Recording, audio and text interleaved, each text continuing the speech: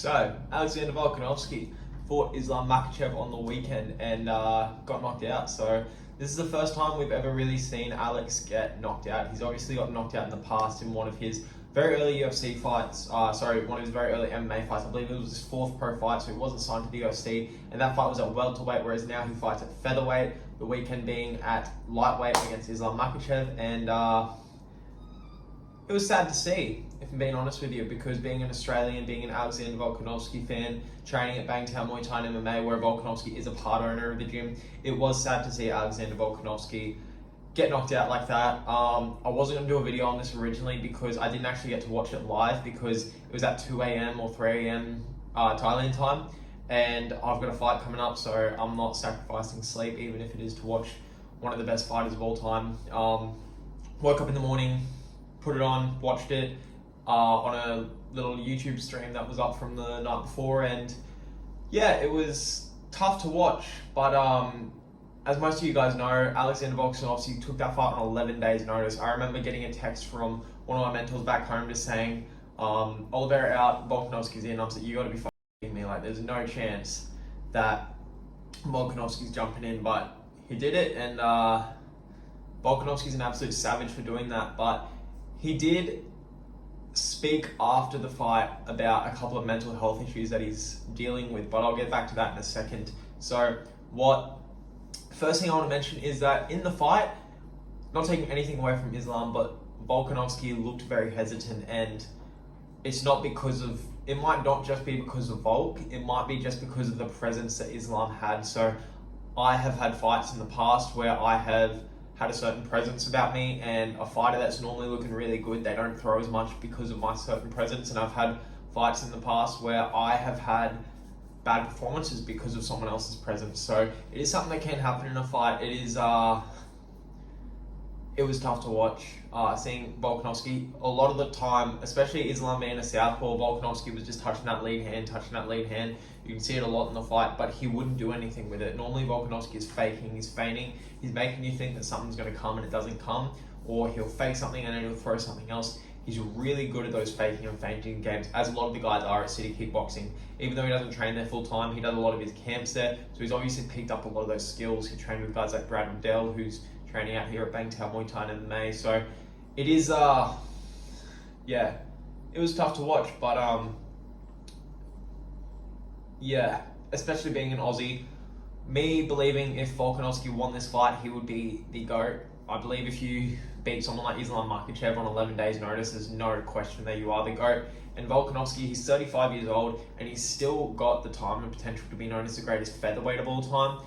And maybe in a year or so, if he goes on a big win streak, he could fight Islam Makhachev again. But the sad reality is just the fact that he took that fight on 11 days notice, and he's not making excuses for himself. Therefore, I don't think anyone else should be making excuses for him. If he's not willing to make excuses for himself, then someone else shouldn't be making them. Just the fact that he took it on and he got knocked out in the first round, chances are we're probably not seeing that Islam rematch again, and that is really sad to see, because I do believe that Volk has all of the tools to beat Islam. He showed it in the first fight, even though, yes, it was in Australia, and Islam, he had less rehydration time and all that. All those things do come into account when it comes to fighting, but at the end of the day, Volkanovski is very, very, very fun. He is an amazing, phenomenal fighter. He showed it in the first Islam fight. He definitely didn't win that fight. It was a very close fight. 2 rounds, I reckon Volk won, 3 rounds going to Islam, but he dropped Islam. He finished strong. He's got those tools to be able to beat Islam, and Volk is a specimen, man. Like, I've seen him train back in Australia, and I've never seen someone train like him. Like, him and Yuri Prohaska are probably the 2 most insane people I've seen train. But the difference with Volk is that Volk is just levels above everyone, where Yuri is probably about the same level as those top level guys like Jan Blachowicz and Alex Pereira and all them. He's probably on the same level, whereas Volk is just levels above a lot of people. He destroyed Max Holloway and all that. He is about to fight Ilia Topuria, which I will get back to. Destroyed Yair Rodriguez, who people thought was going to be his toughest fight, and he's just a specimen. Now, what is next for Volk? So, after the post-fight press conference, there was a viral video that went around about Volk saying how he does struggle with mental health issues whenever he's not in fight camp, whenever he doesn't have a fight coming up, because he doesn't feel like he's ticking all of the boxes. and he said that he wants to fight in January against Ilia Topuria, and this is not a good idea. He should not be doing that. He hasn't been in the gym as much. He's already said that. He said that he hasn't been there. That head kick, maybe it wasn't as bad as what you think, because I've seen some fights in Thailand where someone gets knocked out and they fight a month later and they look fine. But concussions are serious. They are very serious. And if you don't take the proper time and care, especially when you're fighting at the world level in the UFC against the best fighters in the world, you need to take that time to let your brain recover. You need to be doing everything. You need to be going through concussion protocols. And I believe Volk has a good enough team to where he will see a concussion specialist and get everything sorted. But he should not fight Ilia Topuria. I hope he doesn't fight Ilia Topuria in January. Push it back a few months, make it the main event or the co-main event of UFC 300. Probably a co-main event just because he did lose his last fight. I believe that's what's going to be next for Volk. Push it back to UFC 300. Don't force him to fight in January. Volkanovski, you're probably not listening to this because I get less than 1,000 views on every video, but please do not fight in January. Give yourself time to heal, and you can do other things to tick the boxes in your life. Like, you own part of the Bangtao Muay Thai and MMA gym, which is one of the biggest gyms in the world, and it's one of the fastest growing gyms. You can come out here, do seminars, you can teach. There are things that you can do. Obviously, when you're a fighter, you'd way rather be fighting than teaching because it is much more of a fulfilling thing if fighting is your main goal. But you got to be able to do other things, especially now that you're getting up there as age 35. Soon you're going to be 36. You don't want to end up like someone like Tony Ferguson or BJ Penn, where you're just taking heaps of head damage and you're not recovering properly from fights, and you're not going to be remembered as the great fighter that you are. Because right now, if you retired right now, people would remember you for the amazing fighter that you were. And yes, the Islam loss would be there, but you went up a weight class, you took it on 11 days notice. People are not going to really think about it. Obviously, it will be in the mind of people that you lost the fight, but it's not a bigger deal as what it would be now.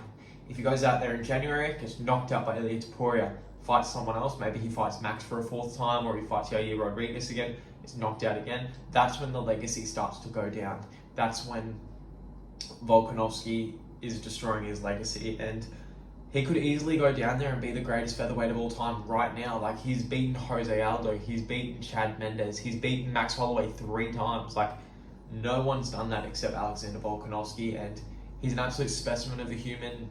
And right now is when he needs his family and friends, his support network. They all need to be coming together and helping him, rather than just letting him go and fight in January. So, yeah.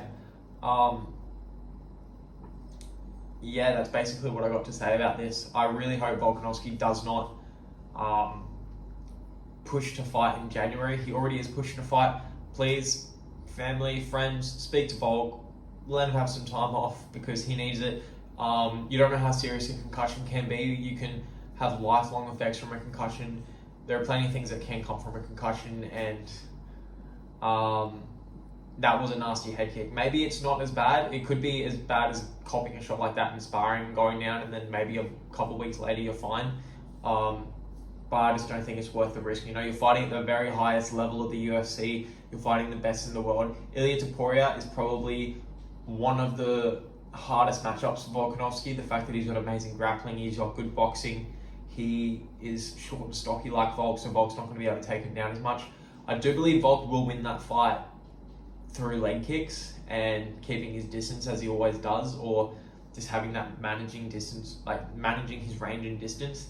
Ilia Topuria is quite easily leg kicked just from the way he stands, so I do believe Volk can get it done. But if he takes that fight in January, then he's going to be open for shots. Like, he's always going to be open for shots. Ilia will definitely hit him, but it's can he absorb those shots and not get knocked out or not get seriously rocked.